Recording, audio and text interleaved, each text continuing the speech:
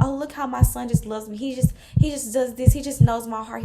Why are you placing such a huge responsibility on a child? Most women are not actually having babies and having children because they actually want to. Why the first thing you think when you're pregnant, or like when you are making the decision to stay pregnant or not, it comes down to what the child could give you. It's like, it makes me feel like because you didn't have control over this man, you have a baby to exercise your control over someone else. It's like you're punishing the child because you punished yourself.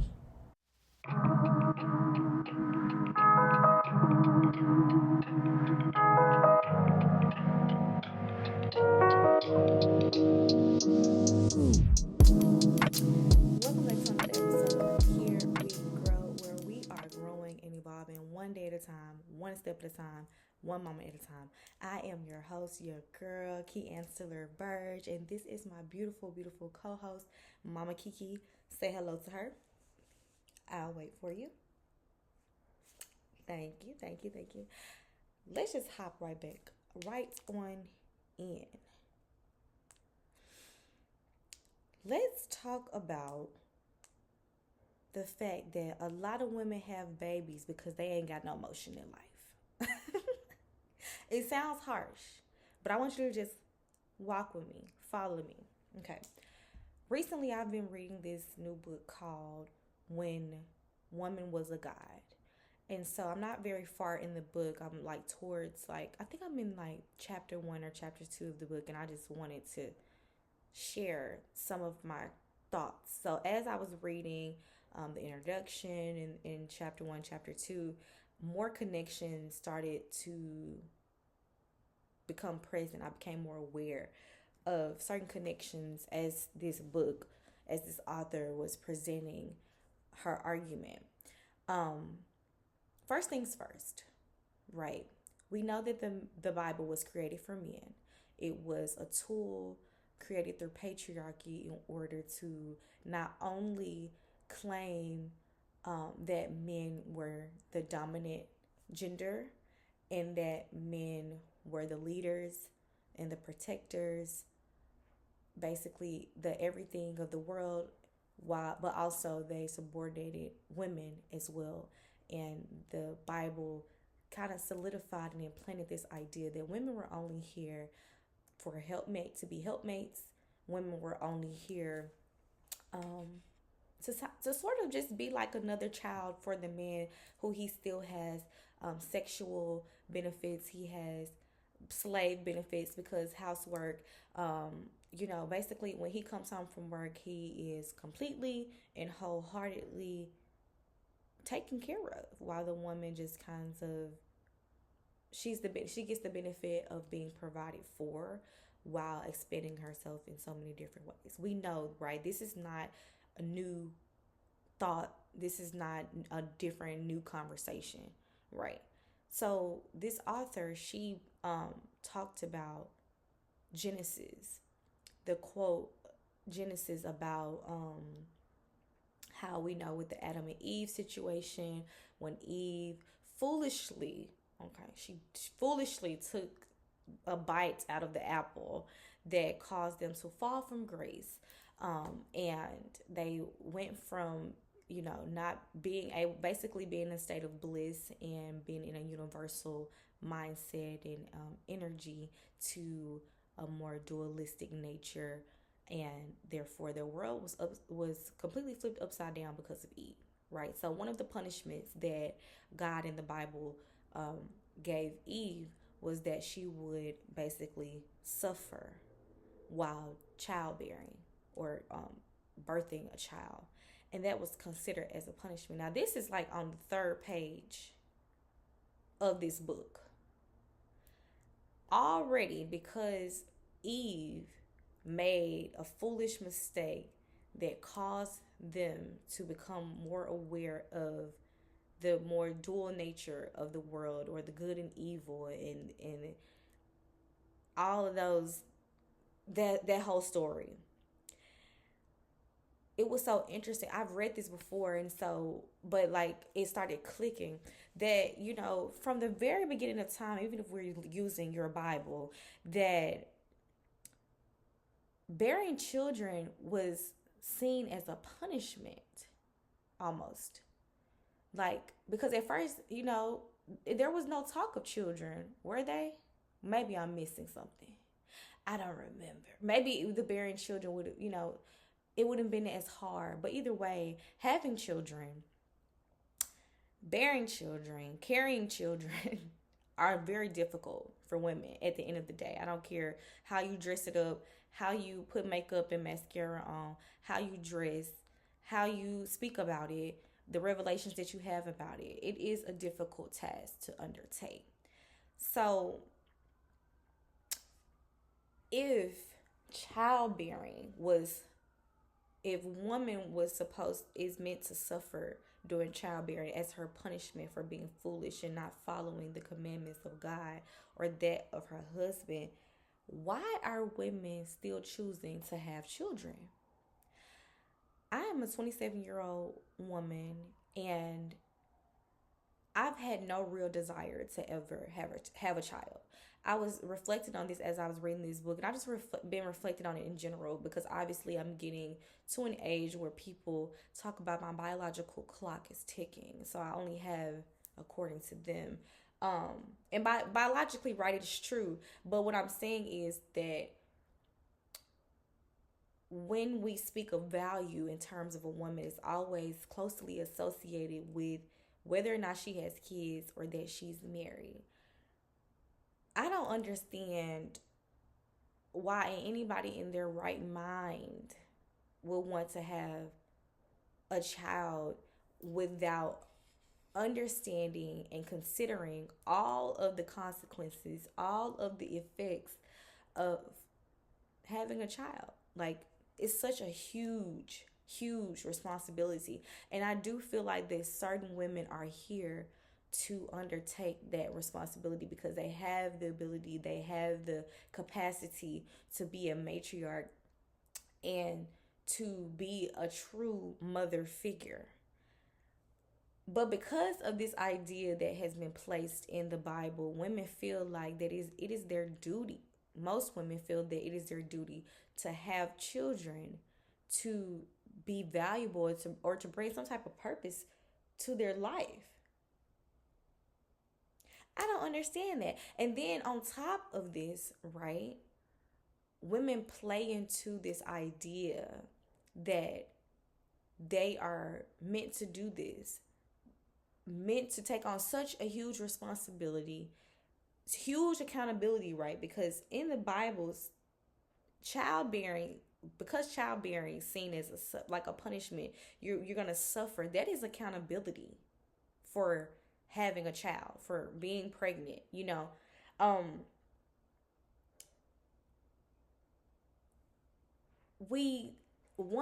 Some women want to take on pregnancy, take on having children, knowing how big of a responsibility it is, and then turn around and want to ask a man to do every single thing for them. They turn around and want to be in a position where they aren't responsible, that they don't have to be accountable, but yet they can still behave like children while claiming to be an empowered woman, goddess, or god, queen. Isn't it just diabolical? It's just diabolical, right? My mom had me when she was 17 years old. So she was pregnant with me at 16. And we talked a lot about her view of how she was treated after she was pregnant, right?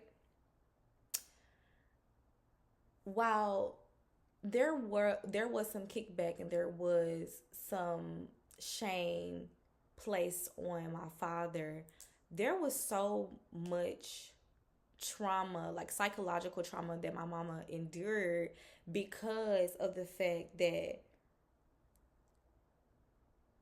she was a teenage mom, and so they felt that it was her responsibility to not have gotten pregnant, which technically it was, right? But in the day, when you're children, you don't know what you're doing. You don't even know the consequences of what's happening.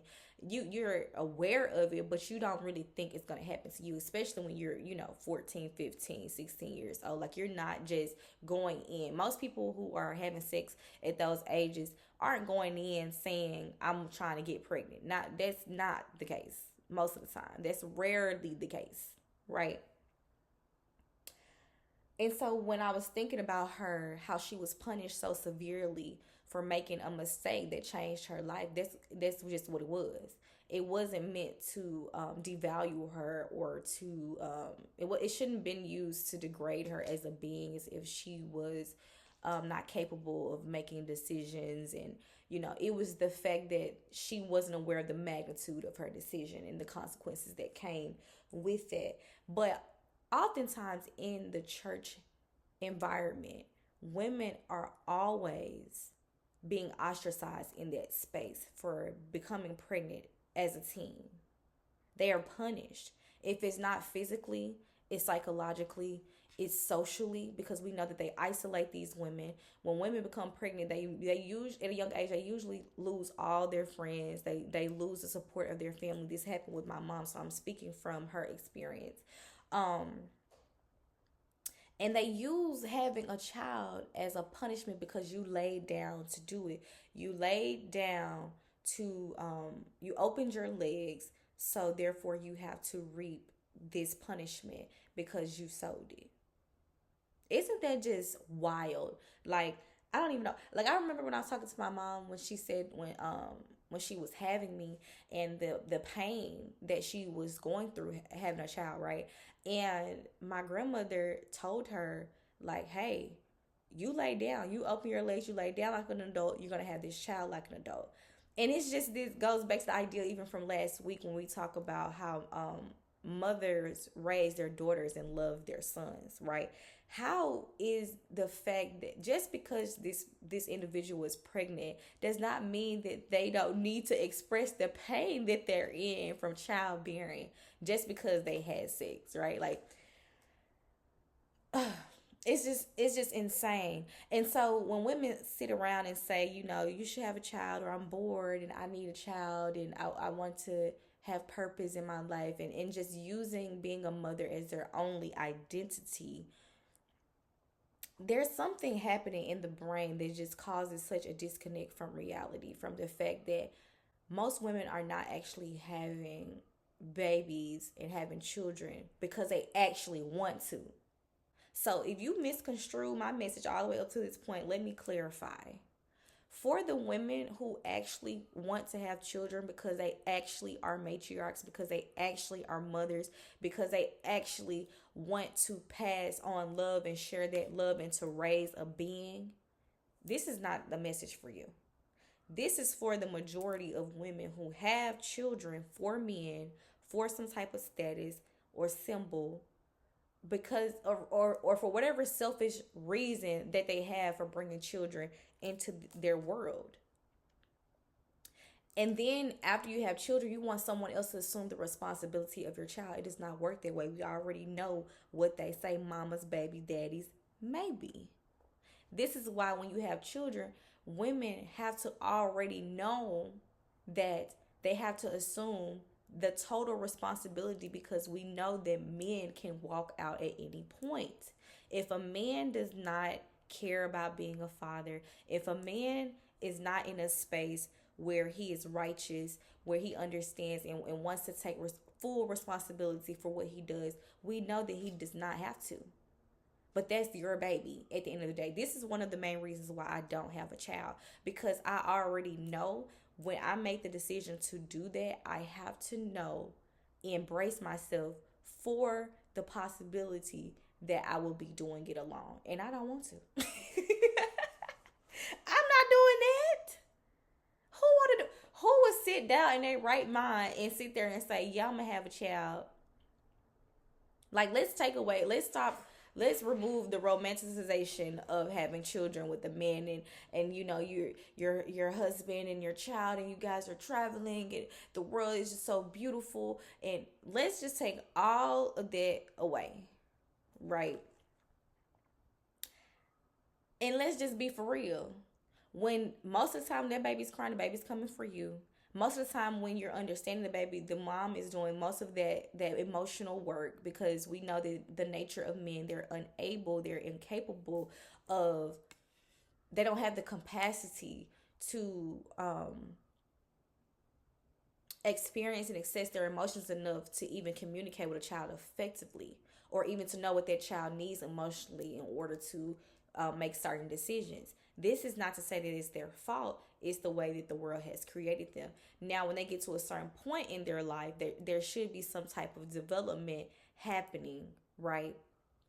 So that they can overcome their nature of not really accessing their emotional guidance system, so that they can kind of balance themselves out on the end. But for the most part, the woman is doing physical, psychological, emotional, mental work when it comes to the child. That's exhausting. Like, and then you still have to go to work, because most women are not in positions to actually be in a situation where they're not working at all, that they're not contributing to the household financially at any point. So what is the fantasy all about?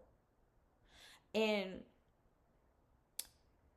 for me, I'm learning that when women fantasize about this, it's about having control over someone else. It's like, it makes me feel like because you didn't have control over this man, you have a baby to exercise your control over someone else. It's like you're punishing the child because you punished yourself. And then people would even say things like, well, this child is here to love me, to show me what true love looks like, especially women who have little boys. I've heard that so many times. It's such a selfish remark to make, and people sit there and romanticize. It's so cute. Oh, look how my son just loves me. He just does this. He just knows my heart.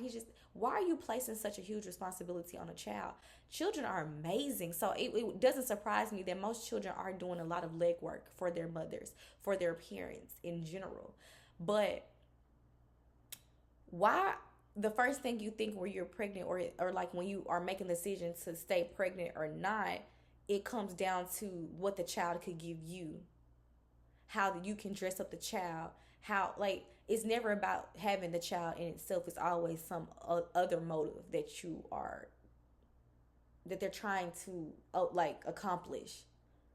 And speaking about the decision um to have a child, women who have abortions, who um say, well, you know what, yes, I have made a decision, I played into a certain aspect that I actually realized that I don't want to have a child in, they're seen as savage and demonic. They're seen as not real women because they choose not to align themselves with traditional and just old standards of what it means to be a woman. If having children or bearing children is seen can be seen as like as a suffering, some type of punishment in the Bible, why then would women choose to suffer? And see, this goes back to a conversation that I don't know if you guys are familiar with Princella the Queenmaker, who has an amazing podcast, and even Red Witch Teens, um, or Rich Red Witch Teens, I think that's it. I watch them pretty frequently, and this idea that they have just kind of made me more aware of is that women actually like abuse. They thrive off of it. They need to be talked to crazy. They need to suffer. There's no way that you know that when something has happened, like you found out you were pregnant and you're assessing, you're trying to decide if this is something that you want to do, because we get guilt tripped into having children, right? And like, this even goes back to rape. A woman can be raped, but you're not a woman if you don't have that child. Even though this brings so much psychological trauma to you, so much trauma, and then you end up punishing your child, extending that abuse, because you made a decision just off the strength of, I'm a woman, this is what women's supposed to do, even though that I was violated in the process. And even if you weren't violated in the process, because I'm a woman, I can't exercise my power to choose what I would rather do. just because something happened that I don't want to say that you didn't expect, but you just weren't prepared for.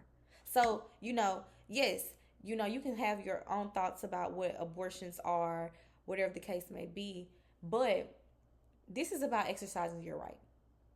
This is about understanding what is important for you, what works for you.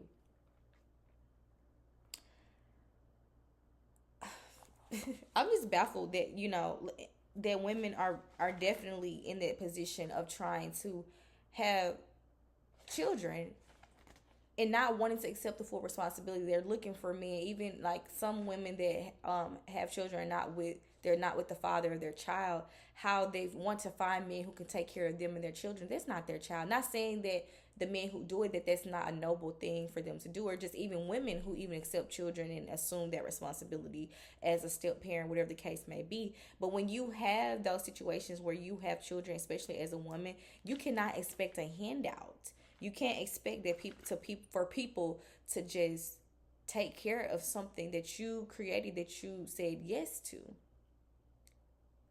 And just because you didn't know the full the magnitude of what your decision was does not mean that you are exempt from fully assuming that responsibility and that accountability. That's just that. Did you guys see, like, a few weeks ago, maybe a month ago now, the lady who was from Michigan? I'm probably gonna drop the news article down on here. The lady from Michigan who had her children. She had 3 children, and they were very, like, young children. I want to say it was like 12, 9, 5, or 6, something like that. I don't remember the exact ages, but anyway, they found the children in the house. Basically, the house was disgusting. There were feces everywhere. Apparently, the children's hair was matted up. They had feces in their hair, on their body. The bathrooms were not clean. Apparently, the mother had left them there for 5 years, and every week she would drop food off. So it's trash in the house from however long. She also told the children to not come out the house. Do not do anything without her knowing. So the children never came outside. They didn't go to school. They didn't do anything because of their fear of whatever punishment that she might would have given them if they had disobeyed her. So these children have been stuck in the house for 5 years in disgusting conditions. And that was trifling. Nothing about that screams mother. Nothing about that screams mother. And see, this is what happens when we are in an environment that constantly pushes these agendas of having children and what the role of women are in society, when all women should not be mothers. They don't deserve to be mothers. They're not equipped to be mothers. They're not qualified to be mothers. And it's just kind of disgusting, it's very sad. But this is what happens when people have children for everybody else's, for every other reason but for their own. This is what happens when people are making decisions for everybody else but themselves. But as I was reading this, and like weeks after, I was pondering, because I wanted to talk about this on the podcast anyway, but I was trying to ponder about, like, just about the whole situation. And it never occurred to me about, like, when I started reading this, when God was a woman, and just going back to that scripture about how that responsibility of childbearing was placed on the woman. Ultimately, the livelihood of the child is, the woman is responsible for that, right? And so I started thinking, I was like, you know what? This whole entire time we've been talking about the man, the woman, right? What she did, which was trifling. I'm not taking it away. But I wanted to know, where was the daddy? Where he at? Why we never talked about the daddy? And maybe I missed it, but there was no conversation about where the father was. Mama's baby, daddy's maybe. When things happen to children, the first person that they blame is the mother. Off rip. Because you carried the child for 9 months, you birthed the child, that's your baby at the end of the day.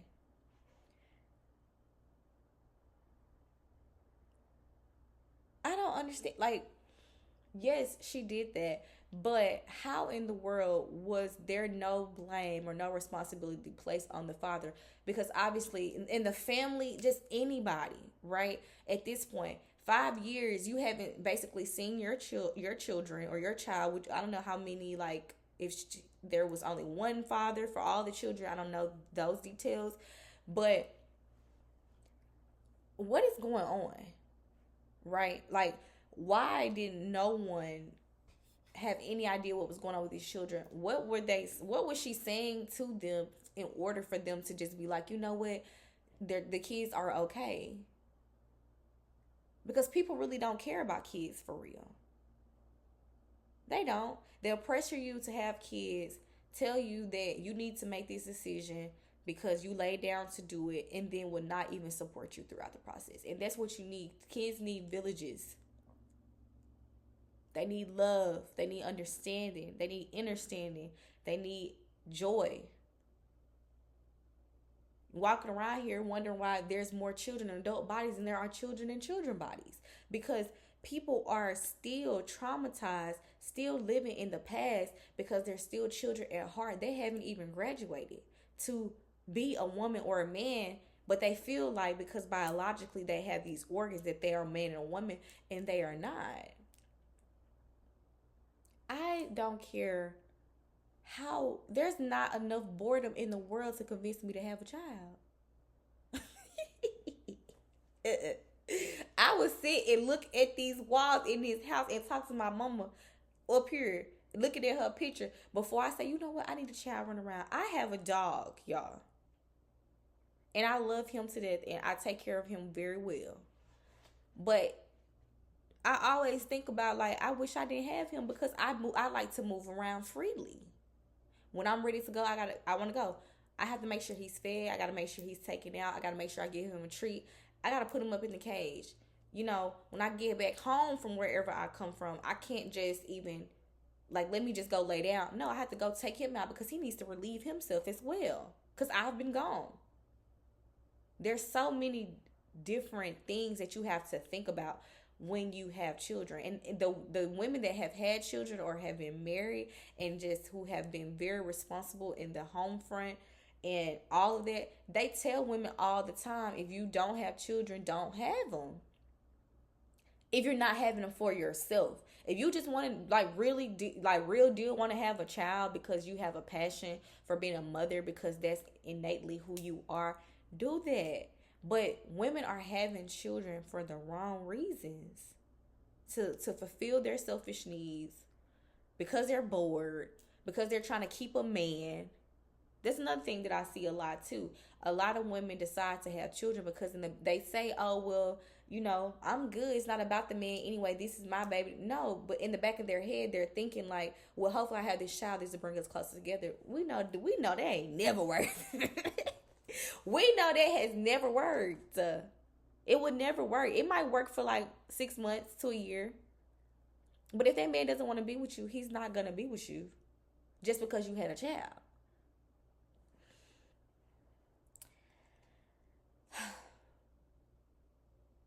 It's just, you know, I want us to understand as women, just because we live in a society that has indoctrinated us does not mean that we have to continue to choose the indoctrination. We can get rid of the program. We can choose differently. If you don't want to have children, you still want to engage in sex, be mindful, be careful. My computer died, y'all. But seriously, you want to engage in sexual nature, behavior, whatever, be mindful, be careful. Because at the end of the day, that responsibility of having children is for you. It's no way that you want to be a mother because you're bored. It's no way that you want to be a mother because you have no emotion in life. Go outside. Find a hobby. Go do something. Learn yoga. I love yoga. Go to a yoga class. Go take pottery. Go to explore different restaurants. There are many things to do. instead of having children, especially when you know that you're not truly ready to be a mother. And that's another thing with this conversation as well. You have to know what you want. You have to know who you are at the end of the day. I'm not saying that I won't ever have a child in my life, but I know that whenever I do, that I will actually want that because I want that, and I will raise that child in that way. This is why so many broken people in this world, because people have chosen to have children because somebody told them that's what they were supposed to do, even though they weren't ready, even though they weren't mentally, emotionally, psychologically equipped to raise a child. Stop always looking outside of yourself to give your life meaning. Stop looking to men, to children, to jobs, to statuses, to whatever to give your life meaning. Find out what life means to you and you live by it. Don't subjugate or subordinate yourself or enslave yourself trying to align with a rhetoric and a way of life that was not meant for the betterment of you, of who you are as a woman. It was meant to enslave you. It was meant to keep you. It was meant to settle you down. It was meant to exhaust you. Having children is so crucial, but it has to be done in the correct way. So if you're a woman and you call yourself a goddess, a queen, the highest of the highest, act like one. Make decisions like one. Live like one. Think like one. Grow one day at a time like one. Thank you so much for being here, being a part of this space. I'm your host again, Chancellor Burge, and we are signing out for today. I'll see you next time.